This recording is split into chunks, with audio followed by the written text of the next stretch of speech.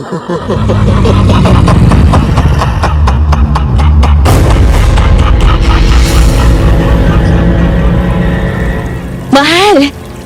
Dito, bilis! Tingnan mo! May nakita ko dito, ang dami! Pati nga? Ha? Naku, oo nga! Tsak na malaki-laki ang kikitain natin ngayon. Kinuha nila ang dalawang pangsala at nilagay doon ang magkahalong lupa, bato at buhangin. Pagkatapos ay inalog-alog yun hanggang sa lumabas ang mga nakatagong piraso ng ginto. Ang kwento nila, mula daw sa kalapit na minahan ng mga yon, nakasamang inagos at tinangay ng tubig mula sa batis. Sandali, pupunta pa ako dun sa banderon. Mahal, mag-iingat ka sa mga bato ha, at baka madulas ka. Ayun! Meron pa dito! Mahal, ang dami na nating napupulot. Lord, salamat po nito. Kapag naibenta na natin itong mga ginto, mahal, kailangan nating ibalik ang 10% ng ikapos sa Panginoon ng kahit anong kikitain natin dahil siya naman ang nagbigay nito lahat. Tama ka, mahal. Mula noon, kahit dumarating ang araw na medyo nagigipit tayo, ay hindi pa rin tayo pinababayaan ng Panginoon. Sana nga ipakinggan na rin niyang dasal natin na mabigyan ng anak. Sa kanyang takdang panahon, mangyayari yan. Magkakaanak na rin tayo. Patuloy sa pamumulot ng ginto si Lynette at Wilson hanggang sa hindi nila namalayan ng takbo ng oras. Nang marami-rami na silang nakuhang ginto, agad nila yung binalot sa tela at nilagay sa bag. Nang lumingon sila sa paligid ay saka nila napansin na nag-aagaw dilim na. Mahal, halika na, umuwi na tayo. Malapit ng gumabi. Alam mo naman, may nababalita ang gumagalang aswang dito. Oo nga. Nalibang ako ng gusto eh. Naririnig mo ba yun? Oo. May baby. San kaya yun? Baka may nagtapon ng baby sa kakahuyan. Wala naman siguro. Baka naman naandyan ang magulang niya. Halika na. Ngunit habang palayo sila ng palayo, ay hindi humihinto ang iyak ng sanggol. Si Lynette naman ay hindi mapakali at patuloy na nababahala. Nag-aalala sa kalagayan ng munting anghel na yun. Nang hindi makatiis, ay hinawakan niya ang braso ng asawa. Mahal, hanapin natin yung bata. Baka mapahamak tayo niyan eh. Titingnan lang natin. Kapag nasiguro naman na nandyan ang magulang niya, aalis na tayo agad. Sigurado ka? Oo, halika na, bilis. Baka kumapa ng bata. Hinanap nilang dalawa ang sanggol sa buong paligid hanggang sa dinala sila sa paghahanap sa loob ng kakahuyan. Biglang nahablot ni Lynette ang damit ni Wilson nang may makita sa di kalayuan. Sa ilalim ng isang puno, naroon ang isang sanggol. Nakabalot ng kulay puting tela at may nakapulupot na buntot tagi sa bewang nito. Ayun, mahal. Yung bata nasa ilalim ng puno. Walang ibang tao sa paligid. Diyos ko, sino walang pusong ina ang nag-iwan dito sa bata? Halika, lapitan natin. Sandali lang. Bakit? May ahas. Ha? Ayun sa itaas. Nakapulupot sa sanga. Diyos mo ang bata. Mahal, baka tuklawin siya. Ayun na, bumababa na siya. Gumawa ka ng paraan. Yung tanglad na napitas natin kanina habang naglalakad tayo papunta dito. Oo, eto. Subi! Oh, layas! Dumampot ng malaking kahoy si Wilson bilang pangdepensa at winasiwas ang tanglad para hindi makalapit ang ahas. Mabisa daw kasing pantabo yun sa ahas, habang si Lynette naman ay maingat ngunit may pagmamadali na dinampot ang bata. Matapos yun ay saka sila tumakbo palayo. Dalhin natin siya sa health center. Bilis na Nakailang beses kong inisip at pinagdasal kung tama ba ang gagawin ko. Nag-aalala ako dahil baka walang maniwala sa akin at pagtawanan lang ako. Pero sabi nga ng asawa ko, baka daw sa gawin ko ay maraming matutunan ng inyong tagapakinig sa aking kwento. Kaya naman bandang 10:02 ng gabi, sinimulan ko ang sulat na naglalaman ng mga karanasan ko na hindi pangkaraniwang nangyayari sa mga gaya ko. Dear Aswang Diaries and Madam Venus, itago niyo na lang ako sa pangalan na James. Ngayon ay 43 years old na. May asawa at 3 magaganda at gwapong anak. Ang pangalan ko, maging ang mga taong kasama sa kwentong ito at mga lugar na babanggitin ko ay sinadya kong ibahin para maproteksyonan ang kanilang pribadong buhay. Sa maniwala kayo't sa hindi, isa po akong pastor. Tama po kayo, pastor. Isang taong may malalim at personal na relasyon sa Diyos at minsan nang sinubok ang aking pananampalataya. Kaya ako napagdesisyonan na ibahagi sa inyo ito para ipakita kung paano kumilos ang Panginoon sa gitna ng laban ko sa puwersa ng kadiliman. Sisimulan ko ang kwento noong ako'y 17 years old pa lang, sa panahon ng aking pagre-rebelde matapos kong malaman na isa pala akong ampon. Nasaan ang anak ko? Nasaan? Ayun si James, mahal. James, anak! Ano ba? Nagmamadali sila lumapit nang makita ako at agad akong niyakap ni Mami. Naiirita na bahagya ko siyang tinulak palayo. 15 years old pa lang ako nang magsimula akong magrebelde matapos kong malaman na ampon ako. 17 years old ako nang mahuli ako ng mga pulis kasama si Manong Ted, ang leader ng gang na sinalihan ko matapos sumiklab ang gulo sa pagitan namin at ng kalaban naming grupo. Munti ko nang masaksak ang isa sa kalaban namin pero agad dumating ang mga pulis. Sinubukan naming tumakas pero na-corner kami ng mga ito. Anak, ano ba itong pinasok mo, ha? Ilang araw ka na namang hindi umuwi sa bahay tapos dito ka namin sa presinto padadatnan? Halos mamatay kami ng daddy mo sa pag-aalala sa iyo, anak. Excuse me po. Huwag niyo na ang pagalitan ng bata. Isa ka pa. Kilala na kita. Ikaw ang madalas kong nakikitang kausap at kasama ng anak ko. Leader ka ng mga gang na ang miyembro ay puro mga kabataan. Matanda ka na. Pero ikaw pa nang i-impluwensya sa kanila? Anong klaseng utak ang meron ka? Mami, walang kasalanan si Manong Ted dito. Tumahimik ka! Tinutulungan ko lang ang bata. Tulong? Anong klaseng tulong? Sa halip na pangaralan mo para umuwi, tinuturuan mo pang makipagbasag ulo at magbisyo ang anak ko. Huwag na huwag ka nang lalapit sa anak ko.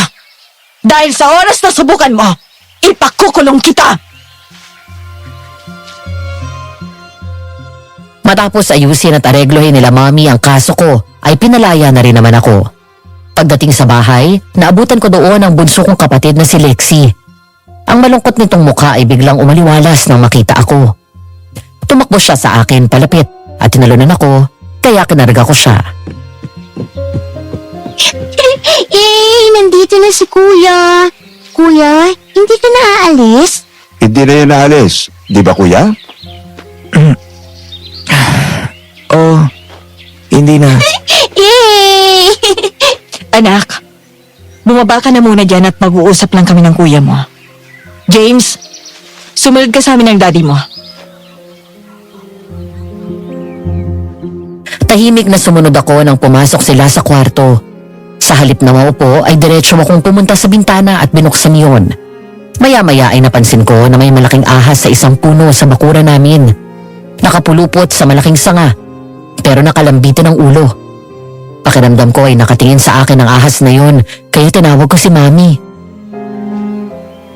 May ahas na naman dun sa puno. Saan? Ayun oh. Noon pa man isadyang lapitin ka na ng mga ahas, anak. Nung araw na nakuha ka namin sa gubat, doon sa dating bayan kung saan kami nakatira, may nakita rin kaming ahas sa puno kung saan ka namin natagpuan. Kilala niyo bang totoo ang mga magulang ko? Hindi, anak. Pasensya ka na. Mahirap lang kami noon at salat na salat sa bagay, pero mayaman kami sa pananampalataya sa Diyos. May malapit na minahan doon sa Batis at ang trabaho namin noon ay mamulot ng ginto na inaanod sa tubig. Nung araw na natagpuan ka namin, dinala ka namin sa health center. Nag-report kami sa barangay dahil baka may nagre-report doon na nawawala ng baby.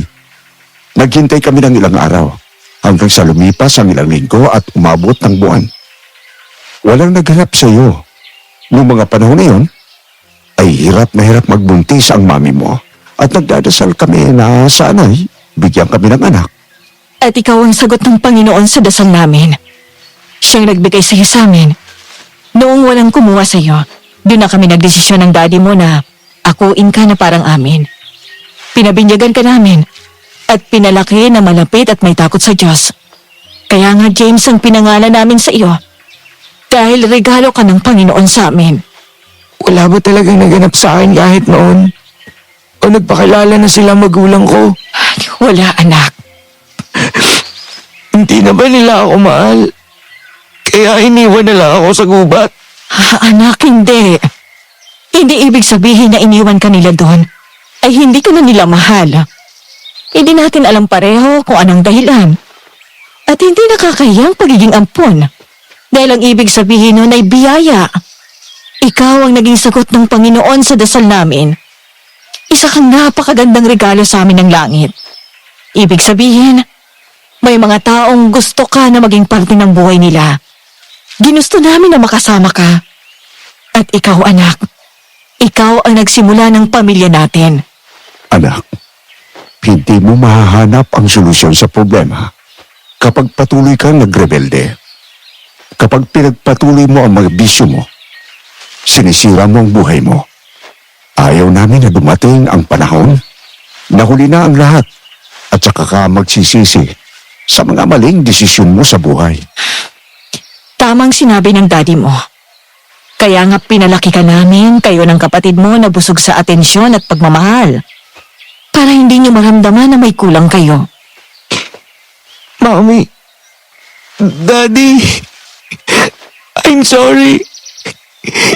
Sorry po nagalit ako. Sorry po sa lahat ng ginawa ko. At sa mga problemang dinala ko. Mula ngayon, magbabago na po ako. Mahal na mahal ka namin, anak. Hindi ka man sa amin ang galing pero galing ka dito sa puso namin. Hindi pa huli ang lahat para sa'yo, anak. Bata ka pa. Maayos mo pang buhay mo. Nang yumakap sa akin ng mga magulang ko ay niyakap ko rin sila pabalik. At nang sandaling yon ay pinaalala sa akin ng Diyos ang magandang buhay na binigay sa akin ng mga magulang ko. Kahit kailan ay hindi sila nagkulang sa akin. Binusog nila ako, hindi lang sa pagmamahal at material na bagay. Tinuruan din nila akong manalig at magkaroon ng personal na relasyon sa Panginoon. Pastor James, nice preaching, bro. Thank you. Oo nga, kuya. Very empowering. Kumusta ang unang buwan ng married life mo? The best, pare. Kaya igihan mong panliligaw dito sa kapatid ko, ha? Para sagutin ka na agad. Are, laman ng dasal ko gabi-gabi si Lexi. Ay, naku. Ako na naman ang nakikita nyo. Nga pala, bro. Nabalitaan mo na ba? Nasabit na naman ang trouble sa Manong Tek. Oo. May nakapagbalita nga sa akin. Puntahan kaya natin. Sige, sabihan mo lang ako kung kailan. Ay, naku, kuya, wag na. Alam mo naman, ayaw na ayaw ni mami na kinakausap mo yun. Sige ka, magagalitin ka na naman nun. Lumipas ang mga taon, Madam Venus. Matapos ang huling gulo na kinasangkutan ko kasama ang dating grupo na sinamahan ko. Hindi na ako bumalik pa sa ganoon magulong mundo. Kusa akong lumayo at umiwas kay Manong Ted. Binuhos ko ang atensyon ko sa pag-aaral. Sumali ako ng mga iba't ibang activities sa church. Marami akong nakilala at naging kaibigan. Kasama na doon si Fern, isang bank teller at ang babaeng pinakasalan ko. I renewed my faith in God and never turned my back on Him again. As early as 22 years old, when I received my calling to be a pastor, nung una hindi ako makapaniwala. Ako? Isang dating miyembro ng gang? Magiging pastor? Magpipreach? Naisip ko agad noon baka walang makinig sa akin. Pero doon ko na-realize na ang past natin ay magiging great testimony mo on how God changed your life. Babe, sabi nila mami, doon na daw tayo mag-lunch sa bahay. Sige. Wala naman akong scheduled meeting buong araw. Halika, Toby. Sama ka. Mula sa church ay umuwi muna kami ni Fern sa bahay. Ilang bahay lang din naman ang layo nito sa bahay nila Mommy. Kaya naman pinarada muna namin doon ang kotse at nagbaba ng mga gamit. Habang nagbibihis kami ng pambahay, malambing akong lumapit sa misis ko at yumakap sa kanya. Oh, bakit ka biglang naglambing? Wala naman. Masaya lang ako. Hanggang ngayon, hindi pa rin ako makapaniwala na asawa na kita. Nasaksihan mo lahat ng pinagdaanan ko. Pati yung pinaka-worst na version ko, pero eto, tinanggap mo pa rin ako. Bakit naman hindi? Di mo ba alam? Ang nakaraan mo at lahat ng imperfection mo sa buhay, yun ang humubog sa James na kaharap ko ngayon. Kasama yun sa minahal ko sa'yo. I love you, baby. I love you more. Niyakap ko si Fern at masuyong hinalikan sa labi. Matapos kong maglambing sa kanya, ay pinagpatuloy ko na ang pagbibihis. Hanggang sa may napansin ng asawa ko sa labas nang hawiin niya muli ang kurtina sa may bintana. Babe, tingnan mo yung ahas dun sa puno, oh. Nandun na naman. Di ba kinuha na yan ng mga taga-barangay? Baka iba na yan. Ba't pa palagi na lang may ahas dito? Ang sabi nila, Mami, lapitin daw talaga ako ng ahas. Parang bantay ko na. Nakakilabot na bantay naman yan? Oh, nawala yung ahas. Sumuot sa talahiban. Naku, hayaan mo na yan. Halika na. Punta na tayo kay Mami. Sinunod naman ako ni Fern at agad kaming pumunta kay Mami. Pagdating sa loob ay sinalubong kami ng mabangong amoy ng bulalo at chili butter garlic shrimp. Sakto naman na nagsisimula na rin silang kumain. O mga anak, kumain na kayo. Wow! Ang sarap! Kumain ka ng kumain, Fern. Para lumakas ang katawan mo at hindi ka mahirapan kapag napuntis ka. Dito nga lang po kay James, palagi na akong busog eh. Mami, ayan ka na naman ah. May halong pressure yan mga paganyan mo eh. Pagpasensyahan nyo na yung mami mo. At excited lang yan na magkapo. Parang siya, hindi. Siya nga pala anak. Ang ganda-ganda ng mensahe ng preaching mo. Thanks, Dad. Next Sunday, ikaw nang nakaschedule. Mami, pwede ba akong bumili ng soft drinks para mas masarap ang kain? Ako nang bibili. Agad akong lumabas ng bahay at tumawid lang sa katapat naming tindahan at bumili ng isang 1.5 na soft drinks. Habang naghihintay ng sukli, bigla akong napatingin sa bandang kanan ko at nakita ang isang babae na mukhang mas matanda lang ng konti kay Mommy. Napakunot noo ako dahil titig na titig siya sa akin. Pinagmamasdan ko pa rin siya nang nakakatakot siyang umisi at naglakad dahan-dahan papasok sa masukal na halamanan, papasok sa gubat. Lalong nagsalubong ang dalawang kilay ko dahil mula sa likod ng makapal na halaman na yun ay lumabas ang isang malaking ahas sa halip na ang babae. Saan napunta yun? Babe, halika na! Anong tinitingnan mo dyan? Oh, ha? Wala. Bukod sa pagiging full-time pastor, may mga pagkakataon na tumutulong ako sa negosyo ng pamilya ko. Gumagawa kami ng mga alahas na gawa sa mismong ginto at mga diamante. Gaya ng naikwento sa akin ng mga magulang ko, mula sa simpleng pamumulot ng mga ginto sa batis mula sa minahan, ay natutunan nila na gumawa ng mga alahas mula doon. Dati kasing gumagawa ng mga alahas si Daddy at ginamit nila ang kaalaman niya. Kalaunan ay lumaki ng lumaki ang negosyo namin. Pero kahit na yumaman sila, pinalaki nila kaming magkapatid na simple lang ang pamumuhay at may malalim na pananalig sa Diyos. Babe, hindi ka ba patapos dyan? Gabi na. Sandali. Tatapusin ko na lang to. Bukas ang pinto ng kwarto na ginawa kong home office at pumasok ang asawa ko. Naabutan niya akong tinitingnan ng kahon kung saan tinago ko ang mga koleksyon ko noon na iba't ibang disenyo ng military knife. Nang maligaw ako ng landas noong 15 years old ako, si Manong Ted ang nagturo sa akin ng tamang paghawak at paggamit ng patalim. Kaya naman nangolekta ako. Ang mga allowance ko noon na binibigay sa akin ni Dad ay iniipon ko at binibili nito.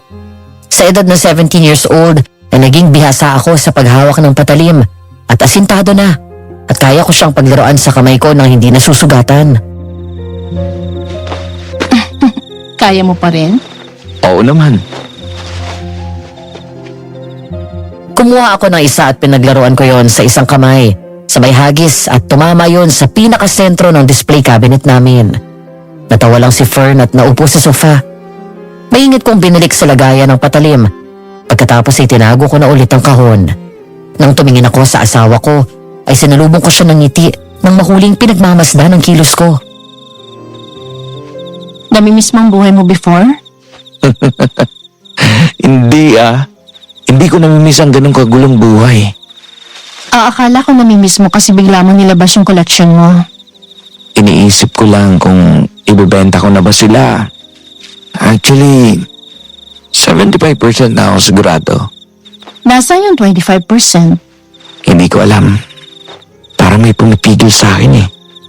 Babe, ang tagal na natin pero kahit isang beses hindi mo kinikwento sa akin kung ano eksakto mga kalokohan na ginawa mo nun. Lagi kang umiiwas kapag yan ang topic. Ayoko lang kasing balikan yung iba. At worst yun, babe. Pero nakalipas na yun. More than 10 years na. Natatakot lang din ako na malaman dahil baka mabagong tingin mo sa akin. Trust me. Naupo ako sa sahig at pinatong ang baba ko sa hita niya. Naghintay si Fern na simulan ko ang kwento. Puno ng antisipasyon ang mga tingin niya sa akin. Kung meron man isang bagay na hindi ako komportableng ikwento sa lahat, yun ay ang mga kalokohan ko noon, lalo na sa mga babae. Okay. Nung mapunta ako kay Manong Ted, bukod sa tinuruan niya ako makipaglaban at tumawak ng mga patalim, nalulung din ako sa bisyo, sigarilyo, alak, at pinagbabawal na gamot. Sa murang edad, na-expose din ako sa pagkikipagtalik. Iba't ibang babae, 2 beses sa isang linggo. Minsan araw-araw pa. At alam lahat yun nila, Mami? Sinabi ko, pagkatapos nila akong sunduin sa presinto, noong huling beses akong mahuli ng mga pulis. Saan mo nakakilala ang mga babaeng yun? Yung iba kaibigan ng tropa, yung iba sa inuman, yung iba naman girlfriend ng tropa ko na sinunod ko. Pero madalas yung babae mismo ang nagpapapansin sa akin. Kaya ayun, kapag alam kong gusto ko, kinukuha ko. So paano yun? Araw-araw ka umuwi sa inyo? Uuwi ako kapag matinaw ako. Kapag haya ko, nakikitulog ako kay Manong Ted. Lahat yun ginawa ko dahil lang nalaman ko na hindi sila ang totoong mga magulang ko. Noon kasi kapag sinabing ampun, hindi maganda ang tingin ko sa salitang yun. Hanggang sa pinaliwanag sa akin ang gusto ni Mami, natauhan ako. Mula noon, tumiwalag na ako sa grupo. Kami ni Toby. No wonder ayaw na ayaw ni Mami lumalapit ka dun sa Manong Ted na yun. Hindi maganda yung influensya niya sa'yo, babe. Proud na proud ako sa'yo. Kung babalikan ko mga ginawa mo noon at ngayon, nakikita ko kung paano ka ginagamit ng Panginoon para ipahayag ang mga salita niya. Nakaka-amaze kung paano kanya binago. At binigay ka niya sa akin. Isang babaeng bukod sa napakaganda, Che, bolero. sexy pa. Tapos mabait, sweet, masarap magluto, matalino, at higit sa lahat, may takot sa Diyos. Isa ka sa masasabi kong grace ni God sa akin. Something that I don't deserve, pero binigay sa akin. Grace of God. Sobrang ganda ng salitang yun. Nung pinadala ng ama ang kanyang anak dito sa lupa para tubusin ang kasalanan natin, kahit hindi natin deserve, namatay siya para sa atin. Yun ang ultimate grace of God. Tama, babe. Napakapalad natin. Napakapalad ka sa'yo. Kaya sobrang mahal na mahal kita. Ako rin. Sobrang mahal kita. Ngayon yung tungkol sa collection, gawin mo ko anong sa tingin mong tama susuportahan kita. Thank you, baby. Halika na, matulog na tayo. Ano yun? Bakit? May babae sa bintana, babe. Nakatingin sa atin. Nakakatakot ang itsura niya. Ano? Saan? Ayun, doon! Ayun, babe, sa halamanan! Bigla akong lumingon at nakita ko ang isang nakakatakot na itsura ng matandang babae. Bilog na bilog at kulay puti ang kanyang mga mata. Kung hindi ako nagkakamali ng tingin, mula liing niya pababa, parang katulad sa balat ng ahas. Ang buhok niya ay parang bruha na buhaghag na hanggang balikat. Ang kanyang ngipin ay matatalas na parang pangil. At higit sa lahat ay mahaba din ang dila nito. Nagmamadali akong tumayo at kinuha ang isa sa koleksyon kong patalim. Pagkatapos ay tumakbo ako palabas na nagmamadaling umalis ang babaeng yun. Hoy! Bumalik ka rito!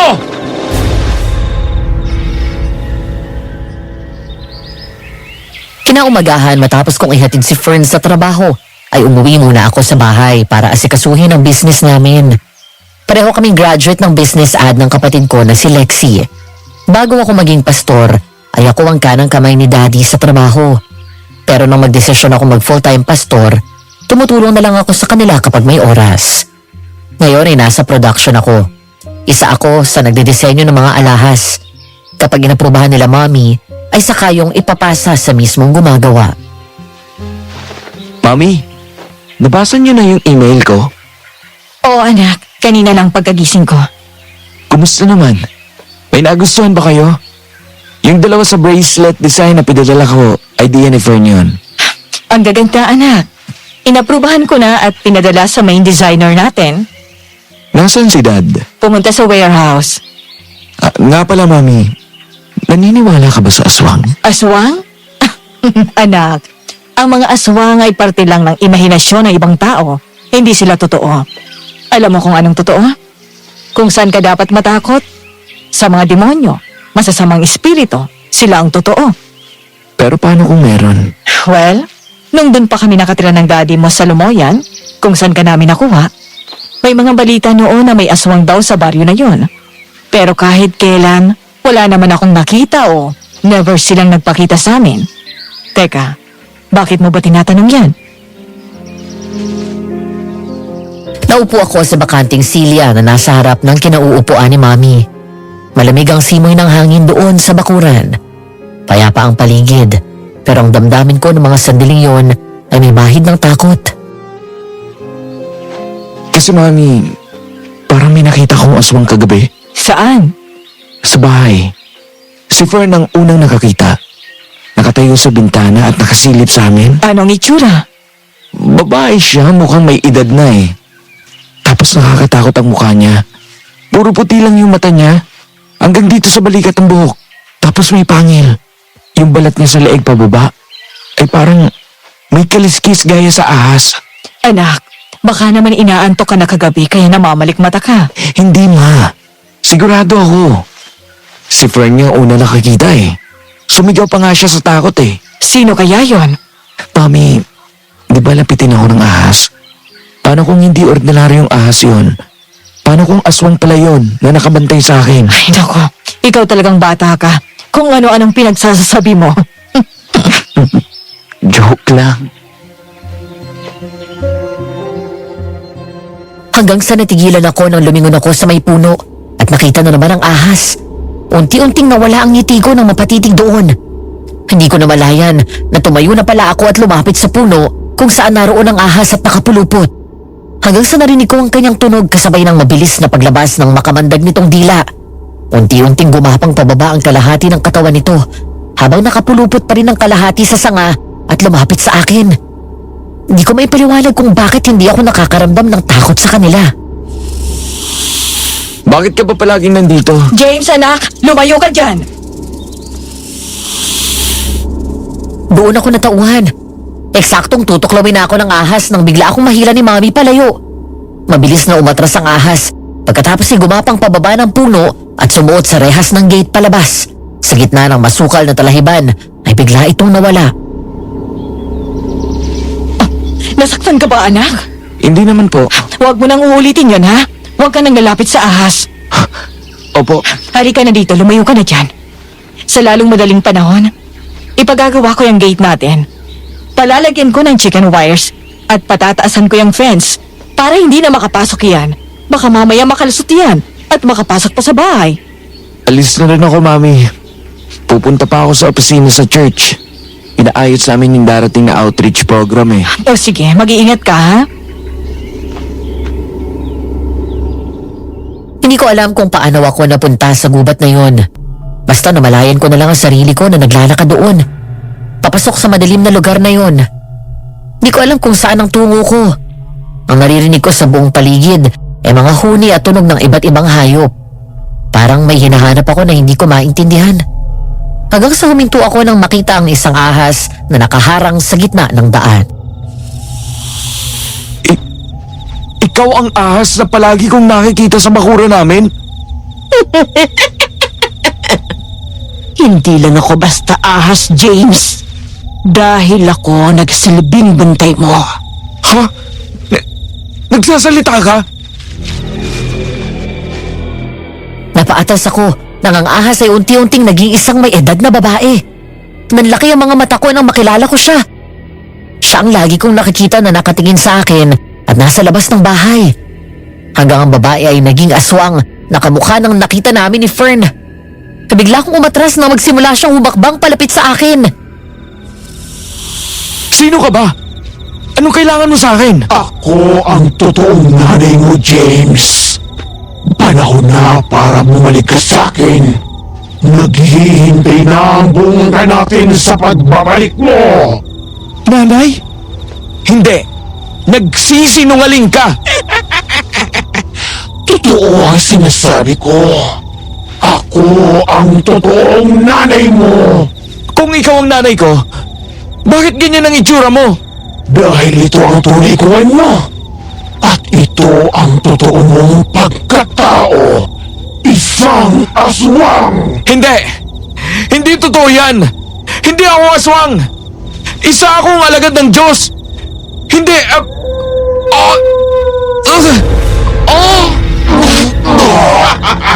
Ang nangyari sa akin, ganyan ba na? Ipakita mo ang anyo! Hindi! Ayoko! Hindi ako aswang! Kailangan ay hindi mo matatakasan ng katotohanan! Panginoon! Bulungan niyo po ako! Mahimik ka! Hindi ka dapat sumasamba sa Diyos na sinasabi mo! Makampun tayo ng kadiliman! Wala kang ibang sasambahin kundi si Lucifer! Hindi! Mami! Dad! Sige anak! Ngayon na ang araw ng pagbabalik mo sa ating lahi! Babe! Babe, gising! James, gumising ka! Babes! Babe!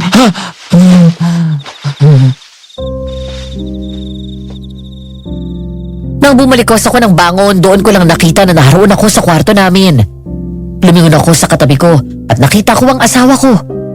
Alalang-alala sa akin at panay ang punas ng pawis sa mukha ko. Binabangungot ka. Tinatawag mo kami nila mami tapos sigaw ka ng sigaw. Tapos biglang nag-ibang boses mo, parang naging boses sa limaw. Babe, nakita ko, may babae. Yung ahas naging mata ng babae. Tapos naging aswang siya. Sabi niya, siya daw ang nanay ko. Tapos naging aswang din ako. Babe, makinig ka sa akin. Panaginip lang yun. Hindi totoo yun. Anak ka ng Diyos. Hindi kailan may mangyayari yun.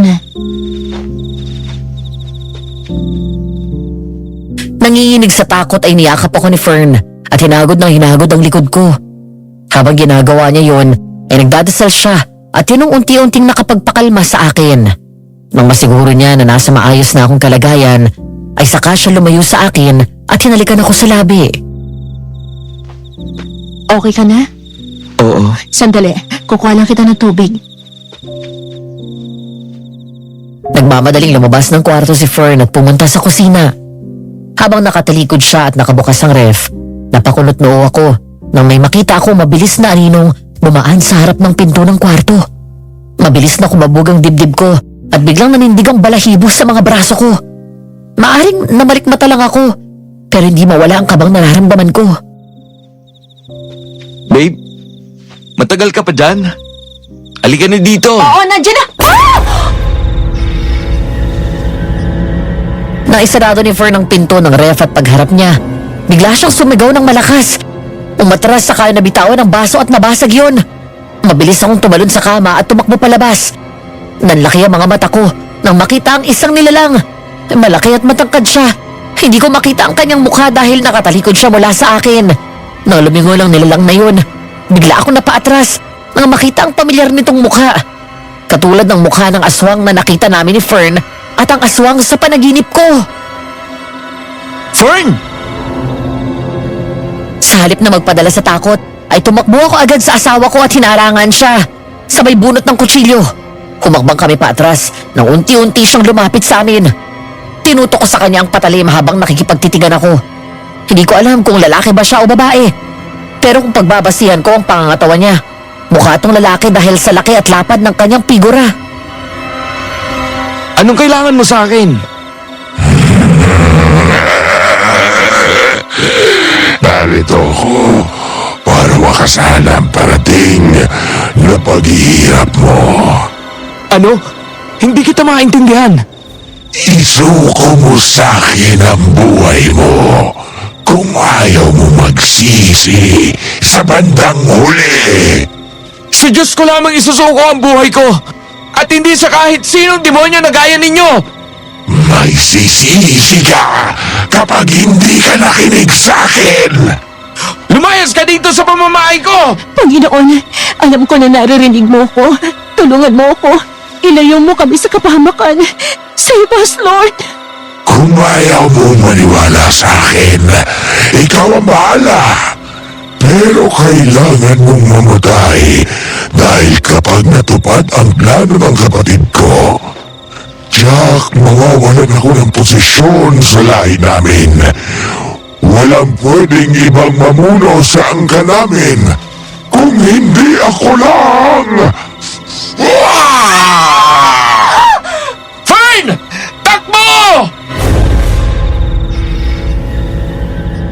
Biglang dumapa si Fern at mabilis na gumapang palayo. Bago pa ako malapitan ng aswang ay mabilis kong sinipa ang mesa. Kinagat ko ang kutsilyo sa likod ng talim nito at tinulak yon hanggang sa mapasandal siya sa pader. Gamit ang mesa ay inipit ko siya ng husto. Nagwala ang aswang at pilit akong inaabot. Hanggang sa manaigang lakas nito at nagawa niyang itulak pabalik sa akin ng mesa. Agad kong kinuha ang kutsilyo sa bibig ko. Sabay talon sa ibabaw at malakas na sinipa ang aswang. James! Doon sa kwarto! Huwag kang lalabas hanggat hindi ko sinasabi! Mag-iingat ka, James! Habang nakikipambuno ako sa aswang, biglang may naisip si Fern at kahit nanginginig ang kamay sa takot, ay naghanap daw siya sa internet ng panlaban sa aswang. Doon niya nakita ang asin at bawang, kaya nagmamadali niyang binuksan ulit ang pinto at muling lumabas. Nang mga sandaling yun ay naabutan niya akong halos nakahiga ang kalahati ng katawan sa mesa, habang hawak ko sa may pulso ang aswang at pinipigilan na masugatan ako ng mahaba niyang kuko. Sa kabilang kamay naman, hawak niya ako sa pulso para pigilan ako na saksakin siya. Hindi ako magpapatalo sa tulad mo! Nagkamali ka ng kinalaban! Alam na alam ko ang mga kilos mo, kaya kayang-kaya kitang patayin, lalo na ang asawa mo. Huwag mong idadamay dito si Fern! Dahil hindi ko pagsisisihan, napatayin ka! Talaga, ang isang alagad ng Diyos na kaya mo papatay.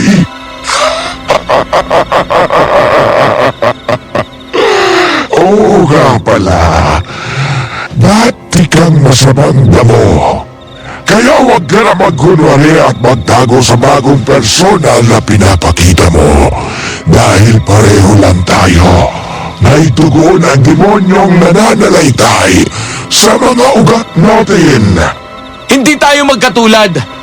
Kung ano man ang nakaraan ko, hindi yun ang magsasabi kung ano ako ngayon. Matagal ko nang tinalikuran ang dati kong buhay. Humingi na ako ng tawad sa Diyos at pinatawad niya na rin ako.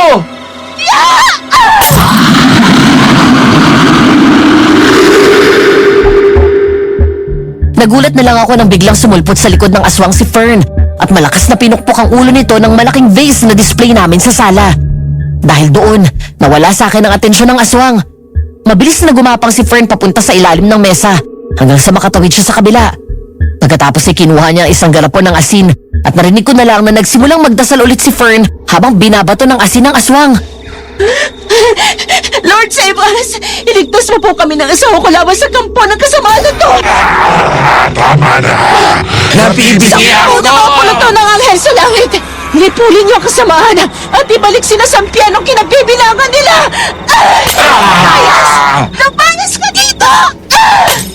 Lord, help me! Bigyan mo ako ng lakas!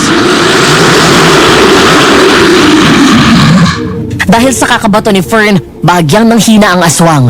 Para siyang napapaso sa tuwing dumidikit sa balat niya ang asin. Sinamantala ko yun at tinuhod ko ng malakas ang aswang. Pagkatapos ay tinulak ko siya palayo, sabay saksak sa balikat nito. Hindi pa tayo tapos. Babalikan kita! Mabilis na tumakbo ang aswang palabas na dumaan pala sa pinto sa likod bahay at sinira ang lock. Pero bago pa man din siya makalabas, ay bigla akong binato ng kutsilyo sa aswang at tumusok ito sa likod niya, eksakto sa gitna. Babe! Babe! Ayos ka lang? Agad kong tinulak ang mesa palayo at tumakbo sa akin si Fern at mahigpit na yumakap. Lalo siyang nagalala nang makita din niya ang mga galos sa braso ko dahil sa daplis na pagtama ng kuko ng aswang. May sugat ka! Ayos lang ako, babe. Ikaw, ayos ka lang. Oo, Di ba sabi ko sa'yo wag kang lalabas? Bakit ka sumugod ng ganun? natakot ako na baka may mangyari masama sa iyo. Naghanap ako ng panlaban sa suwang. Sabi sa nabasa ko, asin daw at bawang. Ay, ayoko naman manood lang habang ikaw nakikipaglaban. Salamat sa tulong mo, babe. Huwag ka na matakot. Wala na yung aswang.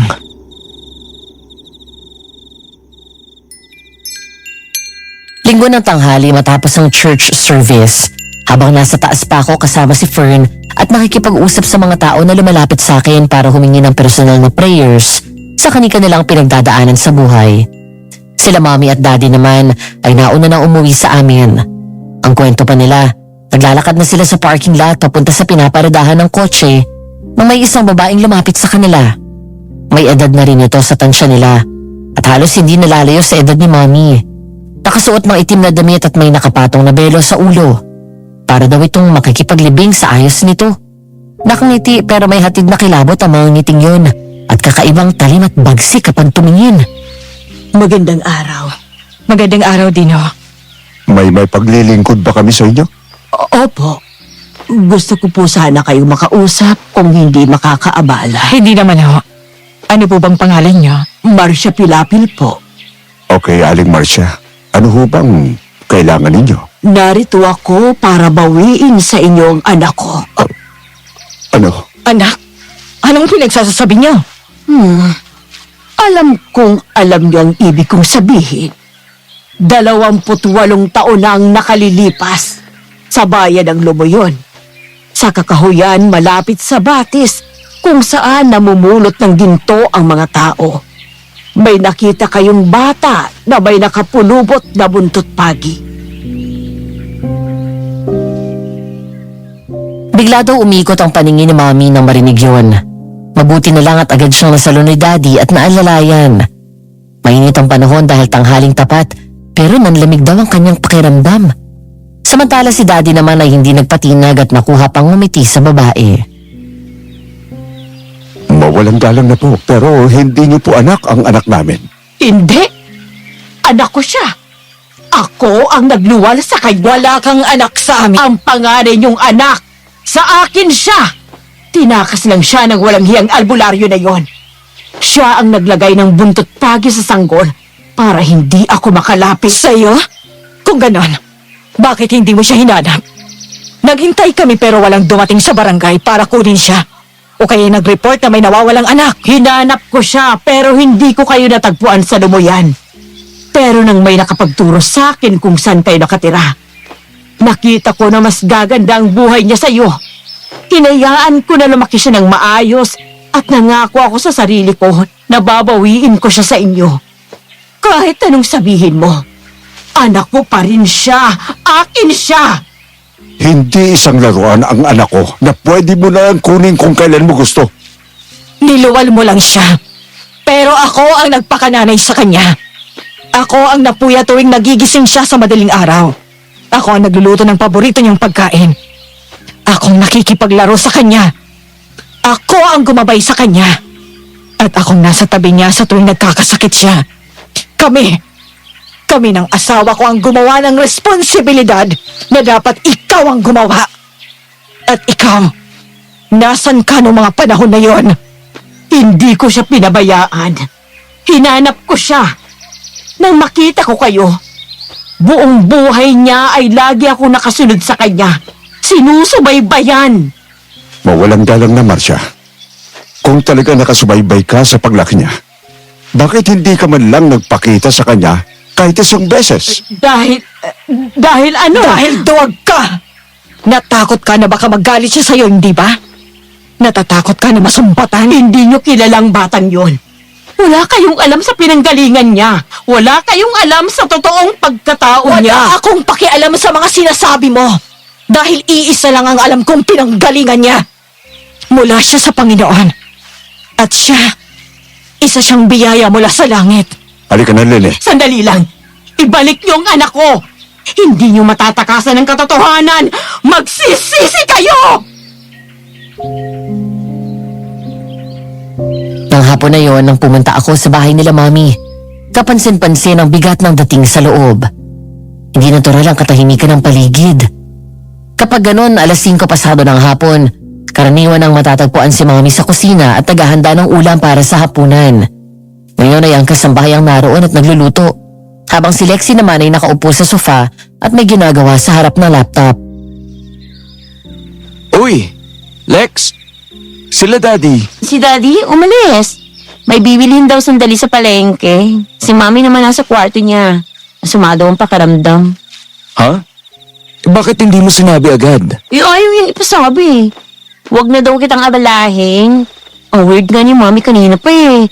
Ang saya-saya pa kaya niya sa charts. Tapos pag uwi ko dito, ayun, malungkot na siya. Tapos halatang bagong iyak. Pati si Daddy tahimik. Hindi ba sila nag-away? Tinanong ko si Manong kanino, hindi naman daw. Sige, ako na bahala. Pupuntahan ko lang si Mami. Nang makalapit ako sa pinto ng kwarto ay agad akong kumatok ng marahan. Hindi sumagot si Mami kaya dahan-dahan kong pinihit ang doorknob. Pagbukas ko ng pinto ay nakita ko siyang nakapikit habang nakahiga sa kama. Napangiti na lang ako dahil alam ko na nagtutulog-tulugan lang siya. Lumapit ako sa kanya at nahiga sa tabi niya. Ma'am, alam ko may problema ka. Ano nangyari? Wala. Mami, alam mo na hindi ka makakapagsinungaling sa akin. Wala, anak. Namimiss lang kita. Namimiss ko yung mga oras na nandito ka lang sa bahay. Yung lalabas ako tapos nandun ka lang sa sala. Mami, kung makapagsalita ka naman parang ang layo ng bahay ko, ilan lang ang pagitan natin, no? Kahit na. Ay, ang mami ko naglalambing. Natatakot lang ako, anak. Paano kung mawala ka? Hindi ba ako mawawala, Mi? Matagal pa yun. Paano kung iwan mo ko? Mami, ano ba talaga nangyari?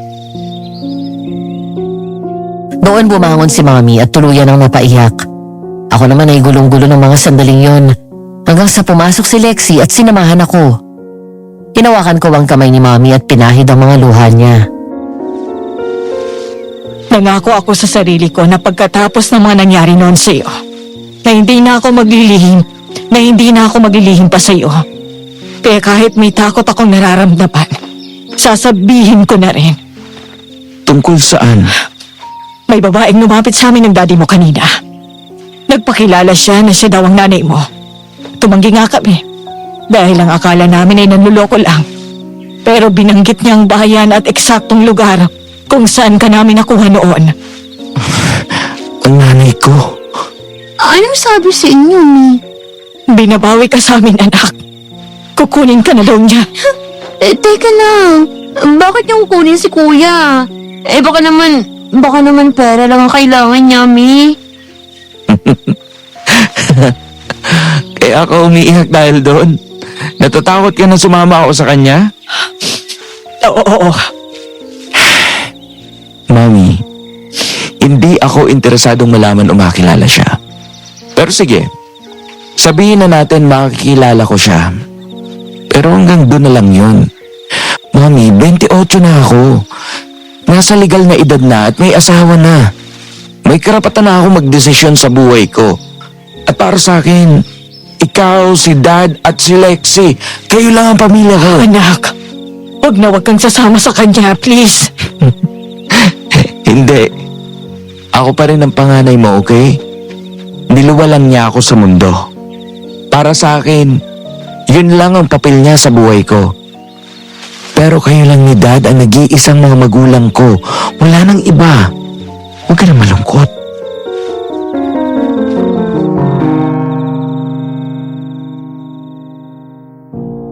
Isang Sabado ng hapon, habang naglalakad ako pabalik sa opisina ng simbahan namin kasama si Toby, nakwento ko sa kanya ang tungkol sa panaginip ko, maging ang biglang pagsulpot ng biological mom ko. Aaminin ko, Madam Venus, wala lang sabihin yun ni Mommy sa akin na may kung anong takot akong naramdaman dahil na rin sa panaginip ko. Hindi lang kasi iisang beses kong napanaginipan ng iisang senaryo mula sa gabing yun. Bro, okay ka lang ba? Napapansin kita kanina pa. Palaging malalim ang iniisip mo eh. Ewan, siguro. Hindi ko alam. Ang gulo ng isip ko. Share mo lang. Baka gumaan kahit pa paano ang nararamdaman mo. Nanaginip ako, Toby. Naging aswang daw ako. Ito naman akala mo kung gaano kaseryoso ang sasabihin mo. Bro, panaginip lang yun. Tsaka hindi naman totoo yan. Hindi, Toby. Totoo sila. Dahil pinasok ng aswang mismo ang bahay namin. Nakalaban ko siya, kami ni Fern. Seryoso? Teka. Ay, yung mga sugat mo sa kamay at braso, na napansin ko, galing ba yan doon? Oo. Nang gabing yun, doon ko na panaginipan na naging aswang ako tapos few days later, may lumapit kay Mami. Nagpakilala na siya daw ang nanay ko at binabawi ako. Mabigat nga yan. Mula noon, palagi na yung gumugulo sa isip ko. Hindi ko rin alam. Parang may pinapahiwatig sa akin yung mga panaginip ko. Kaya palagi kong pinagdadasal to. Huwag ka mag-alala, bro. God is with you. Hindi ka niya pababayaan. Kung hinayaan ka niyang malagay sa ganyang sitwasyon, ibig sabihin niyan, siya rin ang gagawa ng paraan para malagpasan mo yun. And I pray you still find peace sa gitna ng lahat ng mangyayaring ito. Thanks, man. Appreciate that. Napangiti ako sa sinabi ng kaibigan ko. To tell you more about Toby, Madam Venus, our friendship goes all the way back. Nung panahon na nagre-rebelde pa ako dahil ganun din siya. Galing sa mayamang pamilya, pero hindi siya pinapansin ng kanyang mga magulang. Nakilala ko siya sa grupo namin ni Manong Ted hanggang sa naging magkaibigan kami. Magkasama kami na gumawa ng kalokohan, papabisyo man o sa babae. Magaling din siya sa pakikipaglaban, kaya nang ibigay ko ang buhay ko sa Panginoon at talikuran ng dati kong buhay. Hindi ako pumayag na hindi ko siya kasama at kalaunan nga ay tumalikod na rin siya at sumama sa akin. Ngayon nga ay kakasagot pa lang sa kanya ni Lexi at opisyal ng boyfriend niya. Dahil sa dami ng pinagdaanan namin bilang magkaibigan, komportable ako sa kanya na sabihin lahat ng problema ko. Samantala pinagpatuloy namin ang paglalakad, dala ang kape na binili namin at mga pastries na iuuwi ko kay Fern. Hanggang sa may isang babae ang lumapit sa akin. James? Ako nga po. Sino po sila? Marcia. Ako si Marcia. Ako ang nanay mo. Po? Anak!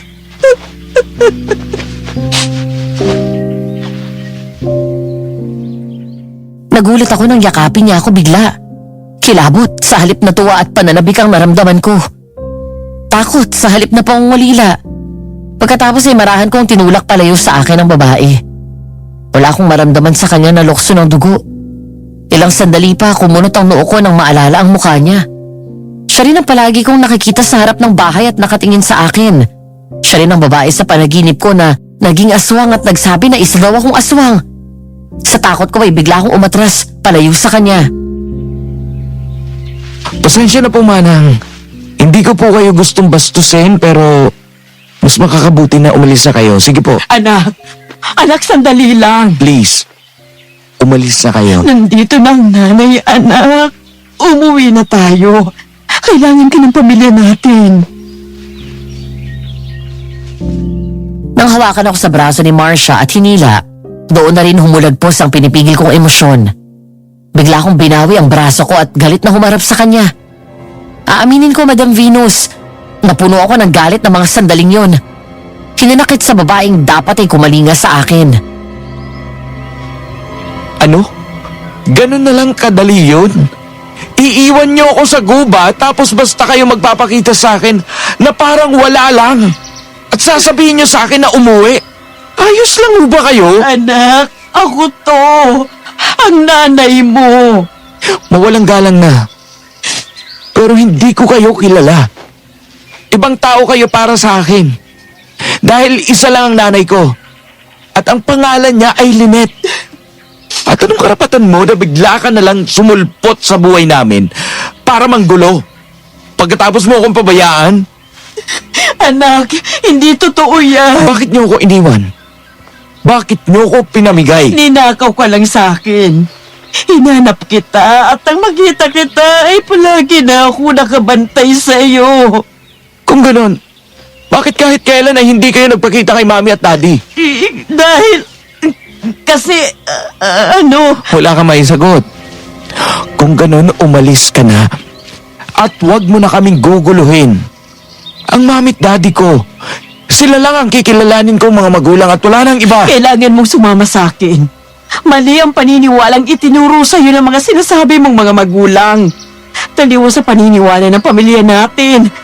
Anak, malapit na ang pagsasanib ng buwan at araw. At sa gabing yun, magiging kabilang ka na namin. Ano? Wala akong maintindihan sa sinasabi ninyo. At kahit kailan, hindi mali ang maniwala at manampalataya sa Diyos. Wala akong pakialam sa paniniwalang sinasabi ninyo. Alam niyo kung anong gusto ko? Ang lumayo kayo at huwag nang magpakita sa akin kahit kailan. Anak, sandali lang. Anak! Alam niyong masakit sa lahat? Sa dami ng sinabi niyo sa akin, wala akong narinig kahit isang beses na humingi kayo ng tawad. At pumawiin niyo ako sa mga tao nagpakahirap at nagsakripisyo ng buong buhay nila. Mabigyan lang ako ng maayos sa buhay. Ay para lang akong laruan na pinagkatiwala ninyo. Pasensya na ho. Pero hindi ko na kayo gustong makita pa. James, sandali lang, anak. Anak ko!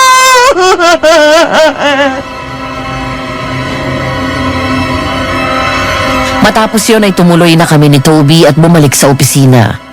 Binalikan ko ang panaginip ko at ang mga sinabi ng babaeng yun. May pagkakatugma ang sinabi niya. Nang mga sandaling yun ay pumikit ako at nagdasal. Matapos unti-unting magiging malinaw ang gustong iparating sa akin ng mga nangyayari. Dahil sa pagdating ni Marcia ay nagulo ang isip ko. Kaya naman nagdesisyon akong umuwi na lang. Paglabas ng kotseng minamaneho ko sa basement parking, nakita ko si Marcia na naroon pa rin sa labas ng gusali. Nakita niya ako na nasa loob ng kotse. Sumunod siya ng tingin at hinabol ako, pero hindi ako huminto. Dumiretso ako sa bahay nila mami kung saan naroon din ang asawa ko. Oh, Fern, nariyan na palang asawa mo. Baby! Hi baby! Kumusta ang araw mo? Okay naman. Nag-coffee lang kami ng mga hinahanda ko na leaders tapos nag-Bible study sa Grit Band. Nag-mall kami. Ibinili kita ng favorite pastries mo. Nasa bahay. Wow, thank you, baby. Hi mami. Dad, musta? Ayos lang naman kami, anak. Ayan. At may bago tayong labas na mga disenyo ng alahas. Pinapipili ko nga si Fern at si Lexi. Ikaw, kumuha ka na. Ayan. At may panglalaki. Wow, ang ganda ah. Anak, yan ay isa sa dinisenyo mo. Talaga? Ang ganda sa personal. Thanks, Dad. Siya nga pala. May isasabihin ako sa inyo. Nilapitan ako ng Marcia. Ano? Anong sabi niya? Pinipilit niya akong sumama sa kanya. May mga sinabi siya na hindi ko maintindihan eh. Pero nagkainitan ng konti. Uminit ang ulo ko. Kaya nagkasumbatan. Talagang nanggugulo siya. Mami, wala ba talaga kayong alam sa background ng pamilyang pinanggalingan ko? Anak, wala talaga. Bago ka namin kinupkop, ilang buwan ding naghanap ang mga taga-barangay sa kanila. Pero wala silang nahanap. Ni walang lumapit sa barangay na naghahanap ng sanggol na nawawala. Bakit mo na itanong? Ano ba ang sinabi sa'yo ng babaeng yun? Parang magiging isa daw ako sa kanila pagdating ng pagsasanib ng buwan at araw. Ewan, magulo. Eclipse? Oo nga, may mangyayaring eclipse. Nabasa ko yung kanina lang eh. Sakto sa mismong unang araw ng full moon. Ano ba yan? Nilabutan naman ako. Kung ano-ano ng kalokohan ang nilalagay niya sa isip mo, wag ka nang lalapit doon, anak. Hindi rin tayo sigurado kung siya nga talagang nanay mo. Naisip ko rin na baka mamaya, nagkataon na hindi namin alam ng daddy mo. Naroon lang din siya sa lugar nung dinampot ka namin. Naguguluhin ako, Mami. Yung panaginip ko, ay kwento ba sa'yo ni Fern? Oo, anak. Bakit hindi mo sinabi agad sa amin na pinasok kayo ng aswang? Ayoko lang din ho kayong mag-alala. Pagkatapos nun, Dad, palagi niya nang napapanaginipan yung iisang senaryo na yun. Anak, hindi mo dapat isipin ang gusto yon. Panaginip lang yon. Ibang discernment ko, Mi. Dahil yung Marcia na yon, siya rin yung babae na nakita ko sa panaginip ko na naging aswang. Tinawag din niya akong anak doon. At sinabi niya na galing daw ako sa lahi ng aswang. Ngayon eto siya. Daddy! May malaking ahas na sa bintana! Papasok dito! Mula sa dining table kung saan kami nakapwesto, bigla kaming napatayo sa gulat. Tumakbo kami palapit kay Lexi at humarang kami ni Dad sa mga kababaihan. Naroon nga sa bintana ang isang malaking sawa at ang kalahati ng katawan nito ay nakapasok na sa loob. Nang umangat ang ulo ng ahas ay parang direkta itong nakatingin sa akin. Bigla akong naalala ang panaginip ko at ang mga mata ng aswang na sumalakay sa aming mag-asawa at ang aswang sa panaginip ko. Pareho sila ng mata. Mata ng isang ahas. Manang, kumuha ka ng sako. Bilis! Sandali, Dad. Huwag sako. Pakiramdam ko, hindi yan pangkaraniwan na ahas. Oo nga, pareho tayo nang nasa isip. Lexi, kumuha ka ng asin, bilis! Sige, ate! Mabilis na tumakbo sa kusina si Lexi at nagdala ng isang garapon ng asin. Agad niya inabot sa akin yon at pagkatapos ay binato ko yun sa ahas. Bigla kaming umatras nang magwala ang ahas na parang napaso ito nang dumikit ang asin sa kanyang balat. Kasunod nito ay may narinig na lang kaming nakakatakot na sigaw at katunog ng angil ng aswang na sumalakay sa amin. Hala, kuya! Sino yung sumigaw? Hindi yan ahas! Aswang yan! Aswang? Kumuha ka ng kutsilyo, bilis! Fern, ilayo mo sila Mami dito. Doon kayo sa kwarto. Anak, mag-iingat ka! Babe! Yung kutsilyo! Mami! Daddy! Dito na tayo! Hinanda ko ang sarili ko sakaling magpalit ito ng anyo at maging aswang. Pero dahil sa tuloy-tuloy kong pagbabato ng asin, ay nagmamadali itong gumapang palabas. Nang sundan ko ng tingin ng ahas, ay nakita kong sumuot ito sa makapal na halaman at gumapang paakyat ng pader at tuluyan lumabas. Maya-maya lang, nagsulubong ang mga kilay ko at nagkatinginan kami ni Fern na mula sa mga matataas na talahib na katabi lang ng bahay namin, lumabas si Marcia at direktang tumingin sa amin. Babe! Paano siya napunta doon? Hindi ko rin alam. Siya yung babaeng nagpakilala na nanay ko. Ano? Anak, may kilala akong makakatulong sa atin. Sino? Si Manang Hilda. Isa siya sa kasama sa Bible study group ko. Dating albularyo yon. Minsan na niyang nabanggit sa akin na dati daw siyang gumagawa ng kung ano-anong pangontra at anting-anting laban sa aswang. Pagdating niya galing sa probinsya, kakausapin ko siya. Isang gabi matapos ang trabaho niya sa bangko, dumiretso si Fern at nakipagkita sa isang kaibigan na taga-church. Habang ako naman ay nasa bahay ng mga sandaling yon. Kahit nasa computer ang mga mata at atensyon ko, hindi mawala sa isip ko ang koneksyon ng panaginip ko at ang sinabi ni Marcia. Nakaramdam ako ng takot, Madam Venus. Paano kung totoo ang panaginip ko? Paano kung totoo ang hinala ko na galing ako sa pamilya ng aswang? Paano kung isa akong aswang? Anong gagawin ko? Tatanggapin ko na lang ba ang katotohanan? Dahil sa gulo ng isip ko, pumikit ako at huminga ng malalim. Pagkatapos pinagpatuloy ko na lang ang pag-scroll sa newsfeed ng social media ko. Napahinto ako ng may madaanan na Bible verse na nagpakalma sa puso at isip ko. Romans chapter 10 verse 9. If you declare with your mouth, Jesus is Lord, and believe in your heart that God raised him from the dead, you will be saved.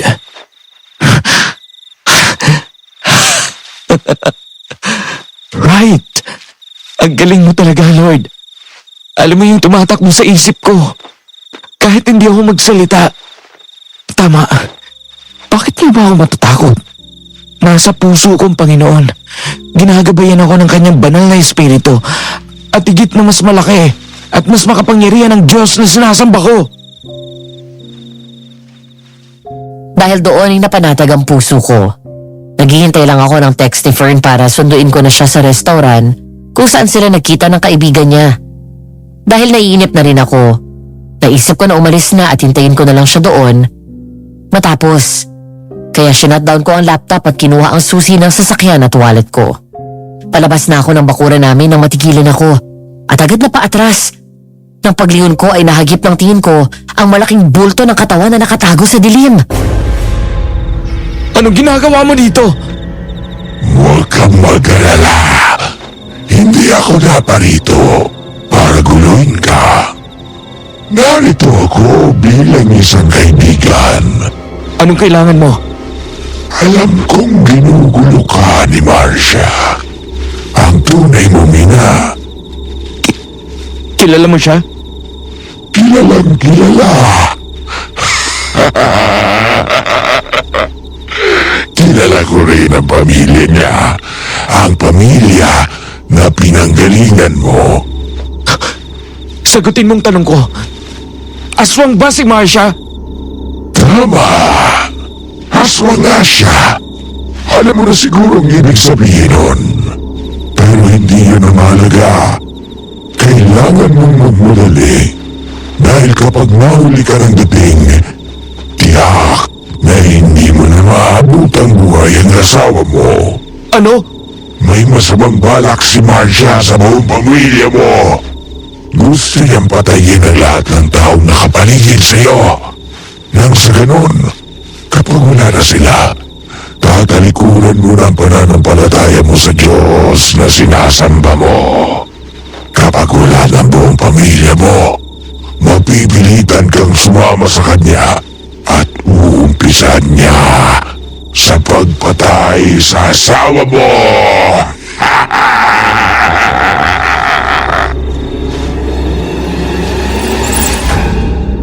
Nang marinig ko yon, ay nagmamadali akong bumalik sa loob ng bahay. Agad kong kinuha ang isang mahabang military knife na kasama sa koleksyon ko. Pagkatapos ay binuhos ko sa maliit na mailman's bag ko ang isang garapon ng asin. Nagmamadali akong lumabas at nang sumakay ako ng kotse, doon ko napansin na wala na doon ang lalaking aswang na kumausap sa akin. Hello? Fern? Pupunta na ako dyan. Baby! May aswang na sumusunod sa akin! Babae! Papunta na ako dyan, babe. Nasaan ka? Nandito ako sa abandonadong building! Ah! Fern! Mag-iingat ka! Malapit na ako dyan! Baby! Oh Lord! Please! Huwag mo pang pabayaan ang asawa ko! Inapakan ko ng husto ang accelerator at halos pali pa rin ang kotse. Nang makarating ako sa restaurant kung saan ko siya dapat sunduin, pinarada ko sa tapat ng kotse. Saka tumakbo at hinanap sa paligid ang tinutukoy nitong abandonadong building. Lakad, takbo, hanap. Paulit-ulit at inikot ko ang paligid.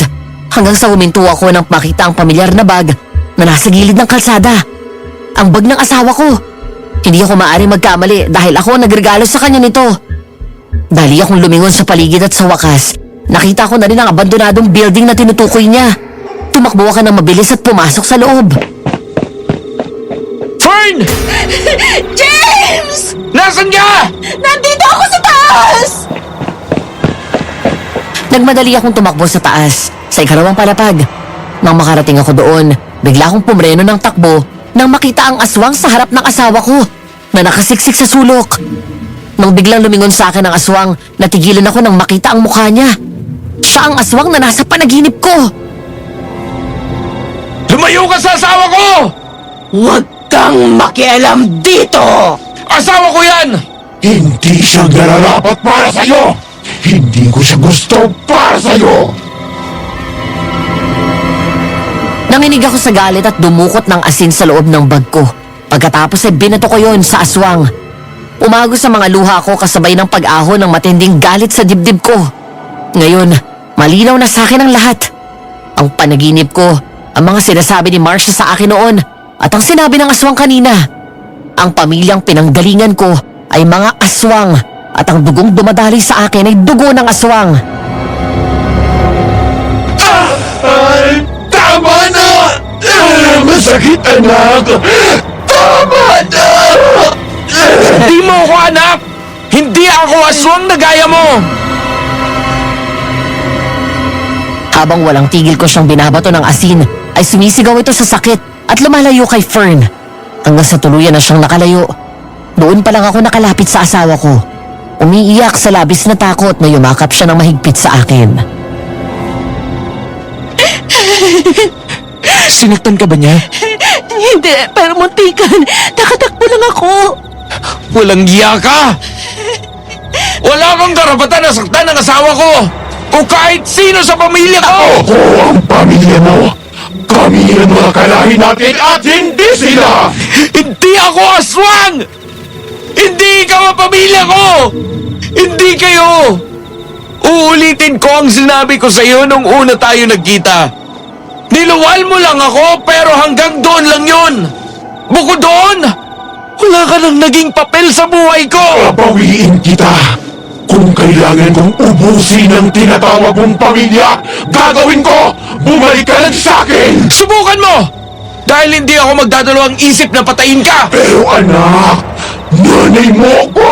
Sa mga mata ko, isa kang aswang! Isang kampo ng demonyo! Yun lang! Talagang matigas ang ulo mo! Kung gano'n, ako mismo ang magbabalik sa'yo sa kung ano ka talaga! Pinanganak kang aswang at ipagpapatuloy mo ang lahi natin sa ayaw at sa gusto mo! Magtago ka, bilis! Nang sumugod sa akin ang aswang at mabilis akong tumakbo palayo. Nang talunan niya ako, agad akong nagpadulas kaya halos sumubsob siya sa sahig. Matapos yun, ay agad akong tumakbo palayo. Tinawakan ko ang kamay ni Fern at tumakbo pababa ng hagdan. Pero bago pa kami tuluyang makababa, mula sa taas ay biglang tumalon ng aswang at humarang.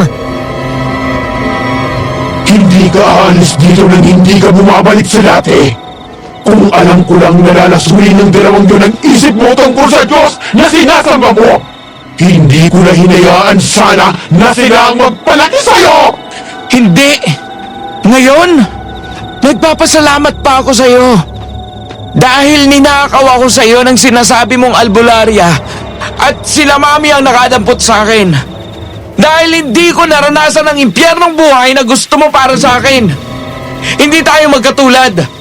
At kinasusuklaman ko ang pamilyang pinagmamalaki mo sa akin. Sumael!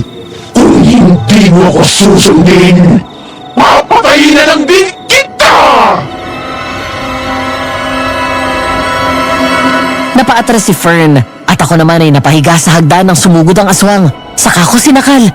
Tinaas ko ang kamay ko na may hawak na kutsilyo. Gusto kong isaksak yun sa kanya pero hindi ko magawa.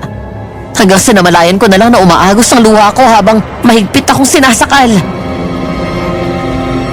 Ano? Hindi mo kaya? Hindi mo ako kayang saktan? Hindi kaya ng konsensya mo dahil kahit anong gawin mo, ako pa rin ang nanay mo at hindi ang babaeng yon!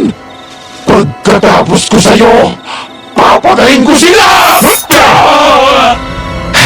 Sinabi ko na sa'yo, kaya kitang patayin basta tungkol sa pamilya ko!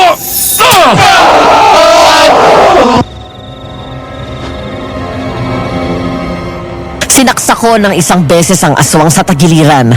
Biglang nagdilim ang paningin ko matapos marinig ang ikalawang pagbabanta niya sa pagpatay sa pamilya ko. Namalayan ko na lang na parang may sariling buhay ang kamay ko at tinarak sa katawan niya ang patalim. Kahit hindi ako naging aswang gaya nila, marahil ay nananalaytay pa rin sa aking dugo ang bagsik ng aswang. Dahil ng mga sandaling yon, wala akong naramdaman na awa sa kanya. Sinundan pa yan ng pagbato ni Fern ng asin. Mabilis nang tumakas ang aswang at panay ang lingon sa akin habang tumatakbo palayo at tuluyang pumasok sa masukal na gubat.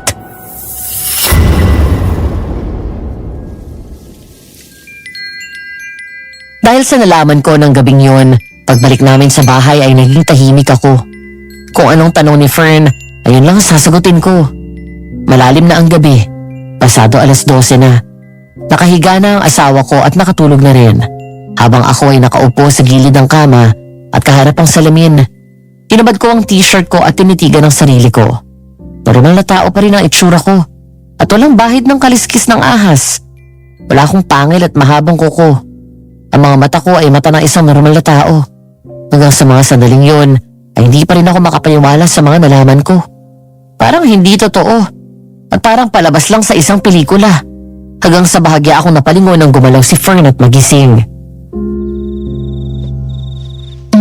Babe, bakit hindi ka pa natutulog? Hindi pa ako inaantok. Bumangon si Fern at mula sa likod ay yumakap siya sa leeg ko. Kahit wala siyang sinabi, ramdam ko ang kanyang pakikisimpatya sa mga gulong nararanasan ko.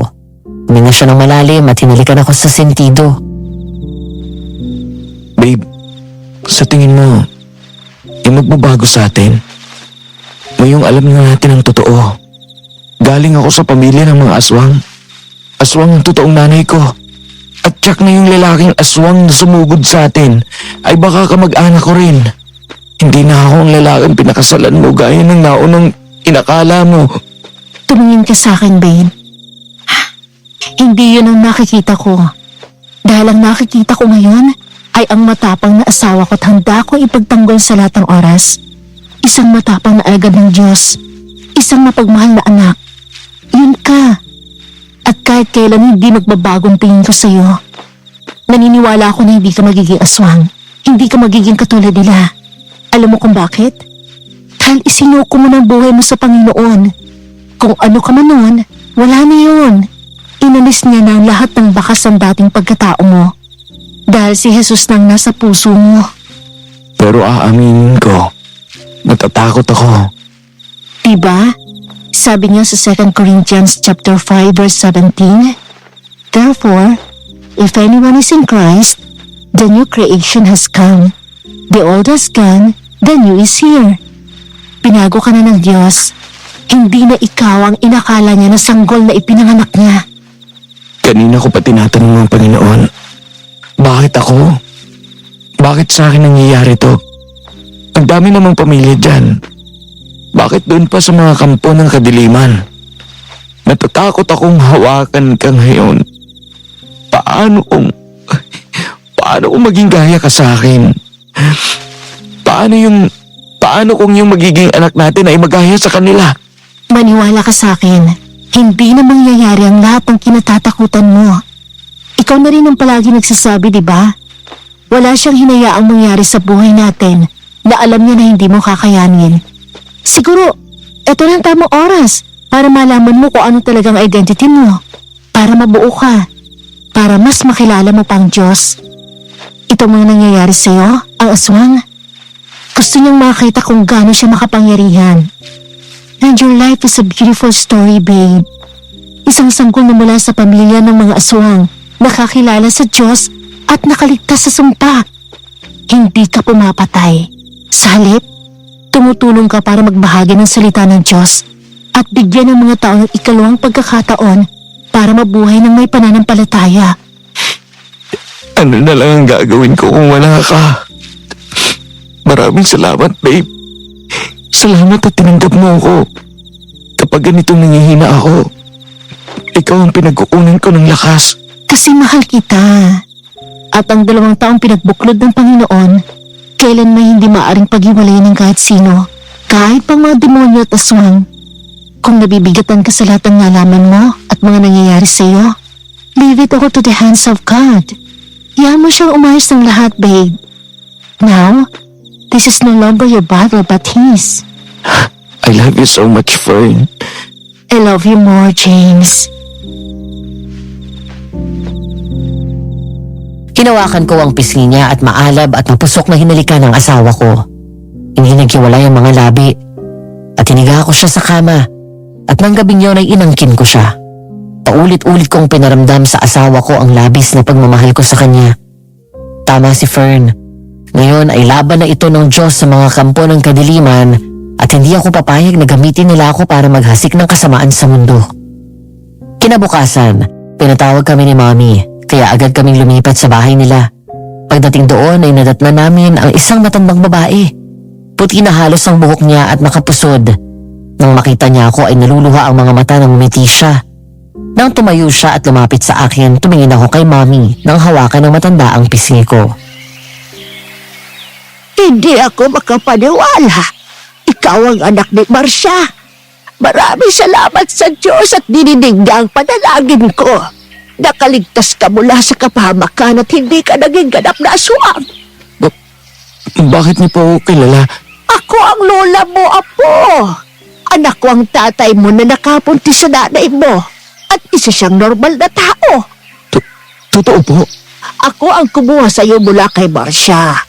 Inaamin ko, ninakaw kita mula sa kanya. Ako rin ang nagpulupot ng buntot pagi sa iyo nung sanggol ka pa lang para hindi ka malapitan ng aswang at makuha. Ito ang buntot pagi na yon, anak.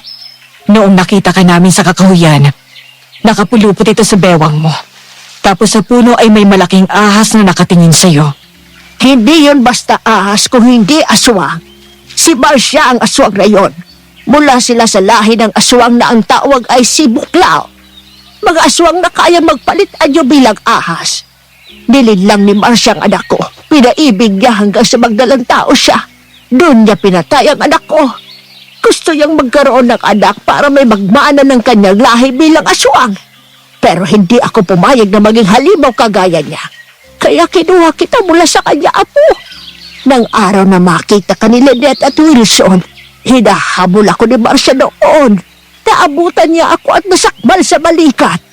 Nakita ko ang mga magulang mo doon sa batis. Sinadya ko iwan ka doon para marinig ka nila. Pero siniguro ko na hindi ka malalapitan ni Marcia. Kaya nilagay ko yan sa katawan mo. Buntot pagi? Para saan ba to? Isa yan sa mabisang pag-kontra sa mga aswa. Kapag hawak mo ito, hindi ka nila basta malalapitan. Lalo silang matatakot kapag hinagupit mo sila gamit yan. Lola, maraming salamat po. Ay salamat sa Panginoon at hindi ako nagkamali sa kanila.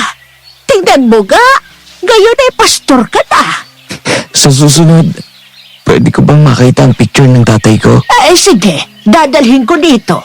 Manang Hilda, anong gagawin namin? Hindi humihinto si Marcia. Ginugulo niya kami, lalo na si James. Hindi siya titigil hanggat hindi niya nakukuha ang anak ko. Kamatayan. Walang ibang solusyon kung hindi ang mamatay si Marcia. Doon sa isang liblib na baryo sa bayan ng Loboyan. Doon nakatira sila Marcia. Marami na silang pinatay doon. Kinakain nila ang katawan ng mga tao. Kung hindi kita kinuha, Apo, ganun ang mangyayari sa iyo. Mabubuhay ka sa dilim.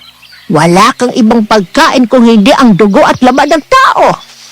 Pero Lola, paano magagawa ni James yun? Kakayanin niya ba yun? Nanay niya pa rin yun. Nasa iyo na yan, James. Pero tandaan mo, ang nanay mo na nagluwal sa iyo ay hindi tao kung hindi isang aswang. Isang kampo ng kadiliman. Kapag hindi mo nilakasan ang loob mo, makakahanap at makakahanap siya ng pagkakataon. Patuloy na malalagay sa peligro ang buhay ng pamilya mo. Papatayin niya sila. Walang awa ang mga gaya ni Marcia. Lola, may isa pang aswang na minsan sumugod sa bahay at nagtangka akong patayin. Halos pareho sila ng itsura ni Marcia, ng features, ng mukha. Kapag aswang, pero lalaki. Lalaki? Hindi kaya ang kapatid niya. Kapatid? Kaya siguro alam niyang kilos ni Marcia. Hindi ko alam ang pangalan niya. Pero ang narinig ko doon, tinatawag siyang Manolo. Siya ang namumuno sa lahi ng mga si Buklaw. Isa ring mabagsik ang isang yaon. Higit siyang malakas dahil malaki siyang lalaki at matikas kahit na may edad na. Sandali lang ho. Sagutin ko lang to. Hello, Toby? Bro, tumawag sa akin si Manong Ted. Si Manong Ted? Bakit daw? Hindi ko maintindihan eh. Basta sabi niya kung gusto mo daw malaman ang tungkol sa nanay mo. Pumunta ka doon sa dati nating hideout. Ted! Teka, pamilyar ang pangalan niya. Ted! Ted! Teddy Manolo! Kilala niyo rin si Manong Ted, Lola? Siya ang sinasabi ko sa iyong kapatid ni Marcia. Po! Ay, di ako maaari magkamali. Isa rin siyang aswang. Ang pinuno ng si Buklaw na ganid sa posisyon. Lahat ng mga batang lalaki na maaaring pumalit sa kanyang pwesto bilang pinuno ng kanilang lahi ay pinapatay niya. Kaya kanya sinusundan ay para patayin kaya. Pare, kaya mo pa bang lumaban? Oo naman. Samahan mo ako. Teka bro, bagong buhay na tayo. Alam ko, hindi taong papatayin natin kung hindi aswang. Tumingin ako sa labas ng bakuran at nakita ko sa may puno na naroon na naman ang ahas. Alam ko nang si Marcia yun, kaya may naisip ako para matapos na ang lahat ng gulong dala nila sa akin at sa pamilya ko. Babe, anong gagawin mo? Anak, baka mapahamak ka. Kailangang may tumapos ng gulong ito. Hindi sila hihinto hanggat hindi ko hinaharap to. Susunod ako sa iyo, Apo. Natatago ko pa ang mga ibang mabisang pangontra ng aswang. Makakatulong yun sa iyo para matalo mo sila. Salamat, Lola. Pare, maganda ka. Dadaan kita dyan. Babe, please, huwag ka na umalis. Please. Kailangan, Fern. Para sa ikatatahimik ng buhay natin. Pangako, babalik ako sa'yo. Maghintay ka dito. Samahan mo sila, Mami. Nang bumaba kami sa kotse ni Toby, ay sabay kaming lumingon sa isa't isa. Kabaliktaran na inaasahan ko na puno ng mga miyembro ng grupo ni Manong Ted. Walang tao sa labas ng gusali na nakabantay. Sa loob at labas ng gusali ay may mga drum na may naglalagablab na apoy sa loob. Pakiramdam namin ay papasok ngayon ang impyerno dahil sa mga naririnig naming mga iyak at daing ng maraming boses. Nang pumasok kami sa bungad pa lang, ay natigilan na kami at muling umatras nang sumlubong sa amin ang isang nakakakilabot na tagpo. Sa loob ng unang palapag ng gusaling yon ay nagkalat ang katawan ng mga lalaki. Lahat sila ay wakwak ang tiyan at nagkalat ang mga laman at iba't ibang putol na parte ng katawan ng tao. Bukod doon ay halos bumaha ng dugo. Ang iba sa kanila buhay pa, ang iba naman ay naghihingalo. Diyos ko, ano to? Jack na si Manong Ted ang may gawa nito. Mag-text ka kay Dad. Sabihin mo na tumawag ng mga pulis at papuntahin dito. Picturean mo ang paligid at ipadala mo para ipakita ni Dad at magmadali sila. Okay. Alam kong nariyan na kayo. Huwag kayong matakot. Pumasok kayo.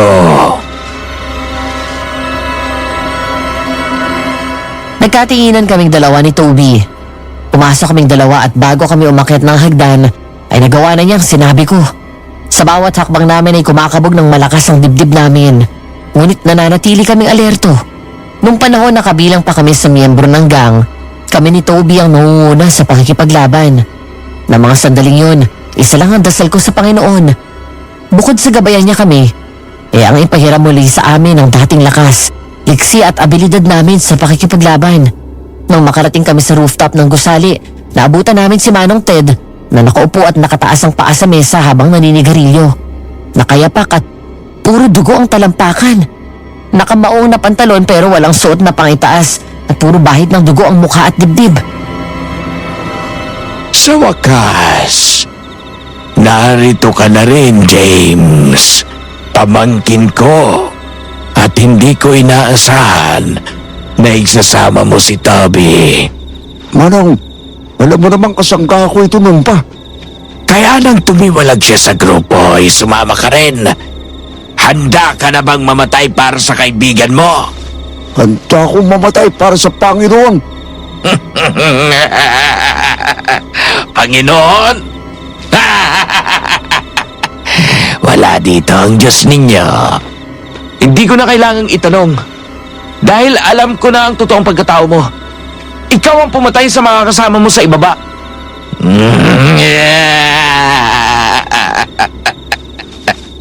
Hindi naman ito ang unang beses na ginawa ko yan, James. Sa tuwing ganito, kabilugan ng buwan at may eclipse. Mas doble ang nararamdaman kong gutom. Tingnan mo. Malapit na matakpan ng araw ang buwan.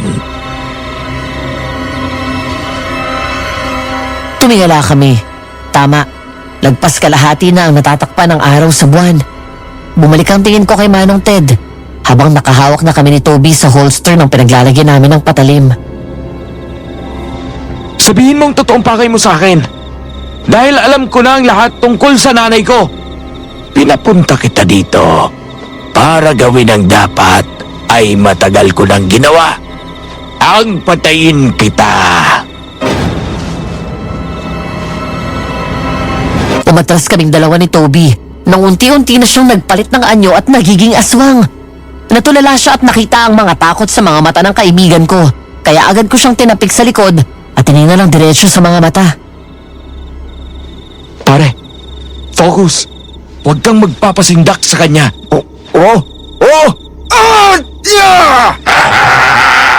Handa ka na bang makilala ang totoong ama mo sa kabilang buhay? Ang tagal mo kong kasama noon. Madalas nakikitulog pa ako sa'yo. Nasa iyo na ang lahat ng pagkakataon pero bakit mo ako binuhay? Dahil ang sarap kong paglaruan. Ang sarap mong panoorin habang sinisira mo ang buhay mo. Ay balak na sana kitang tapusin. Pero bigla kang kinuha ng mga pakialamera mong mga magulang. Mula noon, ay hindi ko na nakuwang lumapit sa'yo. Eh di matagal ka na sanang patay. Bakit? Hindi ka makalapit? Dahil alam mo kung sino nagpoprotekta sa akin. Takot ka sa Diyos. Dahil alam mo kung gaano kalakas ang kapangyarihan niya. Wala akong pakialam sa Diyos mo. Mas mahalaga sa akin na mawala ka sa landas ko. Dahil walang pwede maging pinuno ng lahi ng mga sibuklaw. Kung hindi ako, kaya lahat ng lalaki sa pamilyang ito ay pinapatay ko. Pwes, sa'yo na ang posisyon na yan.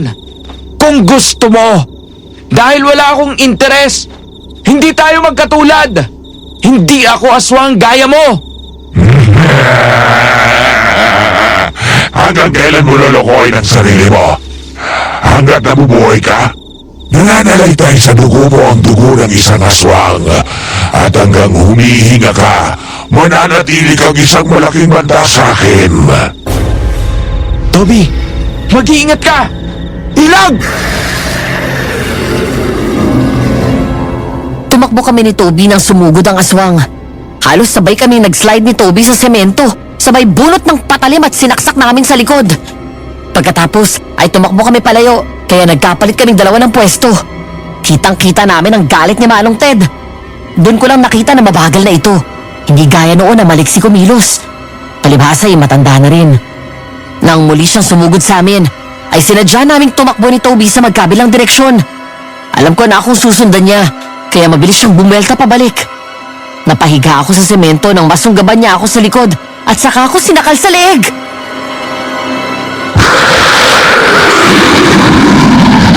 Papatayin kita! At hindi lang ito dahil sa posisyon ko sa lahi natin. Ito ang ganti ko sa nanay mo. Dahil pinatay niya ang kaisa-isang babaeng mahal ko. Kaya papatayin din kita. Para malaman niya kung gaano kasakit ang mawala ng minamahal. Nabitawan ako ng aswang matapos ko siyang saksakin ng sunod-sunod sa tagiliran. At si Toby naman ang sumaksak sa kanyang likod ng ilang beses. Pagkatapos ay hinila ko ang buntot paagi na nakapulupot sa bewang ko. Eksaktong paglayo ni Toby isang hagupit ko nito sa aswang. Malakas na sumigaw si Manong Ted. Tama na! Ngayon, naiintindihan ko na kung bakit mo ako sinusulsulan noon na gumawa ng masama. Demonyo ka nga. Tama sila, Mami. Wala kang mabuting dinala sa buhay ko kung hindi ka pahamakan. Hindi ko kasalanan kung tanga ka at madaling maniwala. Siguro tama ka. Ang malaking pagkakasala ko, tinuring kitang parang ikalawang ama ko. Hindi niyo ako kaya. Hindi niyo ako kayang patayin. Anong nangyayari?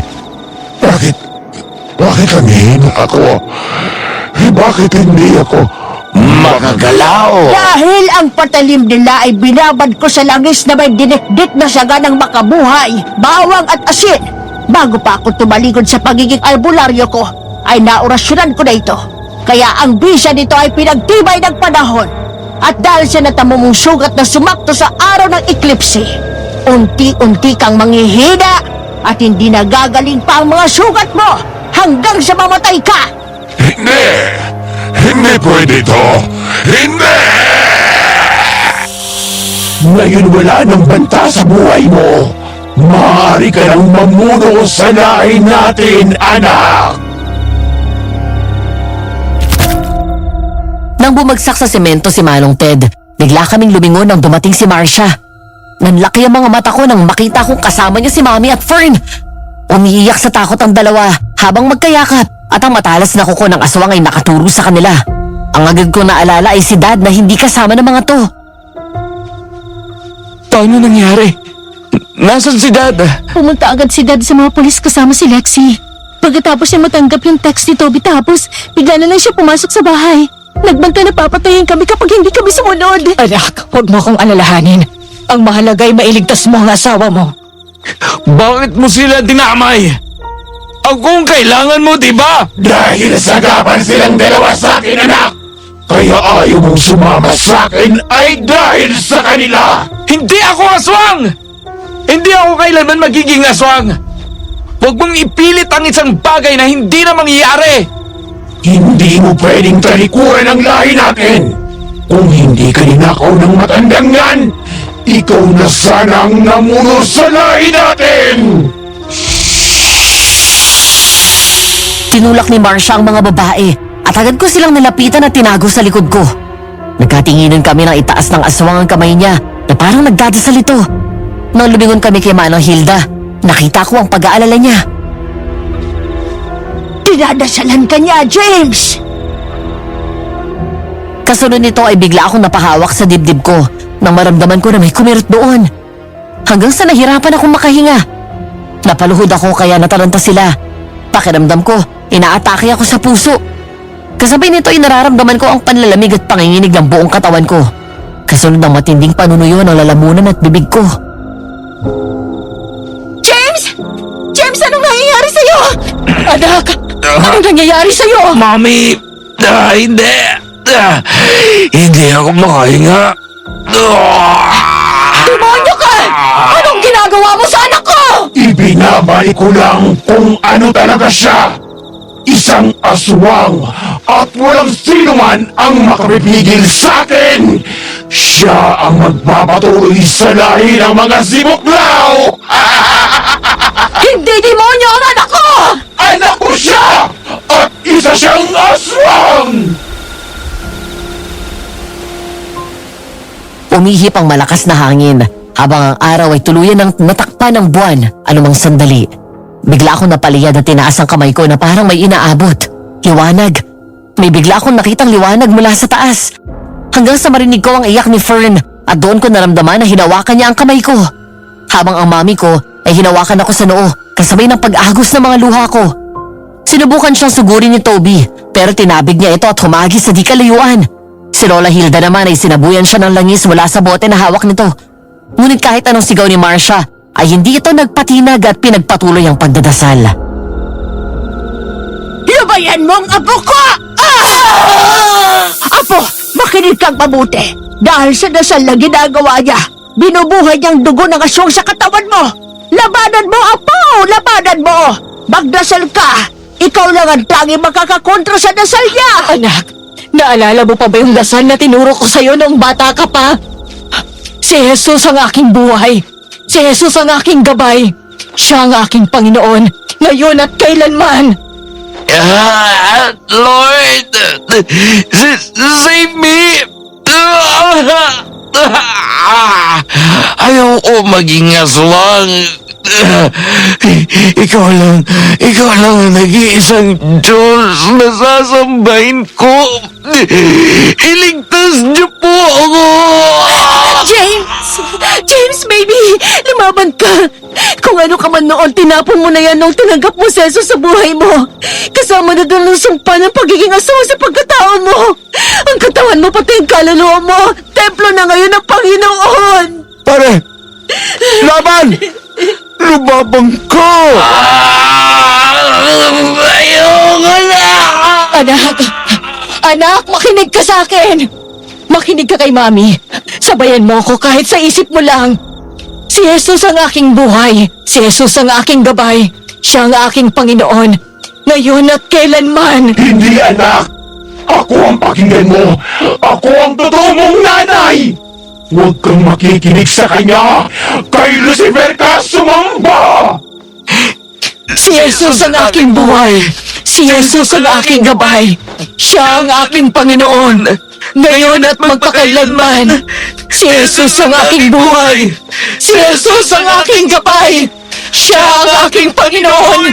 Ngayon at magpakailanman. Bitawan mo ako! Papi!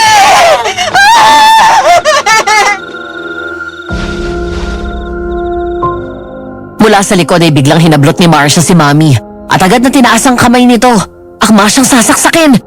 Pero mula sa likod ay biglang tumayo si Manong Ted at sinaksak si Marcia gamit ang kuko nito at diniin pa yun ng husto.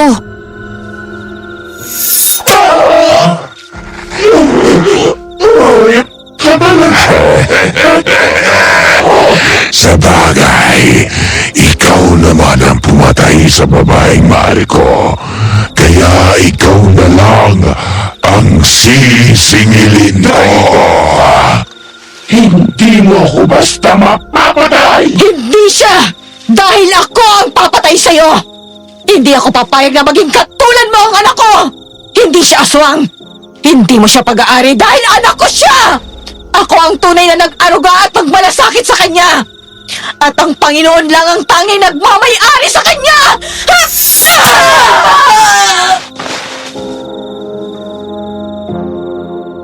Nagulat kami sa ginawa ni Mami. Gamit ang patalim na nabitawan ko, sinaksak niya sa puso si Marcia. Sa muling paghihiwalay ng buwan at araw ay unti-unti na rin akong bumalik sa dati. Tinulungan ako ni Fern at Toby na bumangon hanggang sa nagulat na lang kami sa sunod na ginawa ni Manong Ted.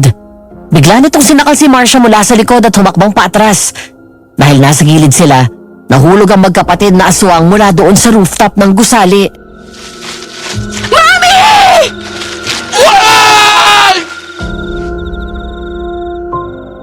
Sa pagtalo ni Manong Ted, kasamang nahila si Mami dahil hawak siya ni Marcia. Hindi ko alam kung saan galing ang lakas ko pero bigla na lang kaming napatayo lahat at hinabol si Mami. Nang sumilip kami, gano'n na lang ang hinga namin ng maluwag nang makitang nakakapit sa nakausling bakal si Mami. Gayon din si Marcia pero hawak siya sa paa ni Manong Ted na nakalambitin. Mami! Anak! Tulungan mo ako! James! Anak! Tulong! Pakiusap! Tulungan mo ako! Natigilan ako nang lumingon ako kay Marcia. Pagkatapos ay kay Mami. Umagos ang luha ko kasabay ng pag-abot ko sa kamay ni Mami. Katulong si Toby ay hinila namin siya paakyat, sabay atras palayo. Anak! Iligtas mo ko! Pakiusap! Patawarin niyo po ako! Anong pakiramdam na mawala na mahal sa buhay? Anong pakiramdam mo na hindi ka kinikilalang ina ng anak mo? Hindi ba masakit? Ngayon, Ligtas na tayo, Marcia. Pinatay mo ang babaeng mahal ko. Nawalan ka naman ng anak. Kaya ngayon, samahan mo ko sa impyerno!